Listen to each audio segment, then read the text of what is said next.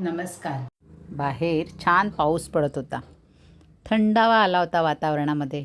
तर म्हटलं चला तूर डाळ आणि टोमॅटोचं सूप करूया. तेही जिरं, मिरं, लसूण, सुकी मिरची लावून. पहा बरं, मिक्सरच्या भांड्यामध्ये मी जिरं, मिरं आणि सुक्या मिरच्या, लसूण घेतलेले. 2 टोमॅटो लाल बुंद होते. आणखीन 2-3 होते पण ते तेवढे लाल नव्हते टोमॅटो. म्हणून 2 टोमॅटो उकडवायला घेतले. त्यात 2 कांदे पण घालून उकडवून घेतले. आणि हे पहा नारळाचा चव होताच माझा, तो त्या मिक्सरमध्ये घातला. आणि आता हे 2 टोमॅटो जे लाल दिसत आहेत ना, ते मला घालायचे आहेत मिक्सरमध्ये. आणि ही तत्पूर्वी तुरीची डाळ मी उकडवून घेतलेली आहे आणि चांगली घोटून देखील घेतलेली आहे. आता हे टोमॅटोच्या साली काढून ते टोमॅटो आणि कांदा हे दोन्ही आपल्याला मिक्सरमधनं फिरवून घ्यायचे. हा चिंचेचा कोळ आहे, तो घातलेला आहे. आपल्याला केवढं आंबूळ हवं, कारण आता टोमॅटोनं किती लाल दिसत असले ना तरी तेवढा आंबूळपणा अजिबात नसतो. किंबहुना कधीकधी जास्त चांगले शिजतही नाहीत ते.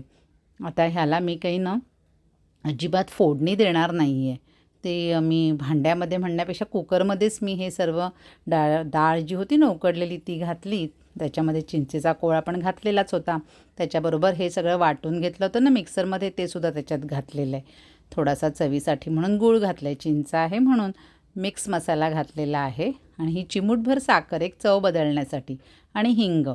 त्याच्यानंतर चवीनुसार मीठ घातलेलं आहे आणि चांगलं व्यवस्थित ढवळून घ्यायचं आहे.